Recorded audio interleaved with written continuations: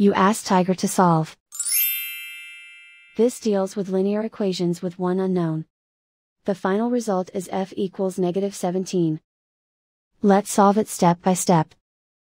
Simplify the expression. Move the negative sign from the denominator to the numerator. Expand the parentheses. Break up the fraction. Find the greatest common factor of the numerator and denominator.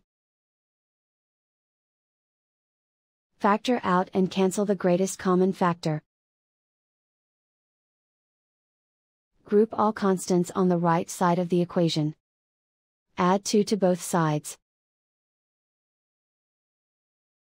Simplify the arithmetic.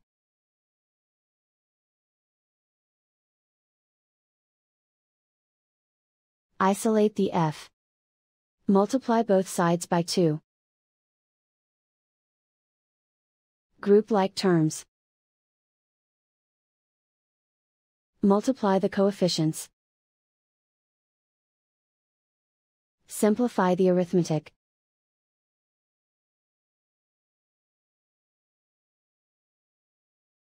Convert the f into a positive number. Multiply both sides by -1.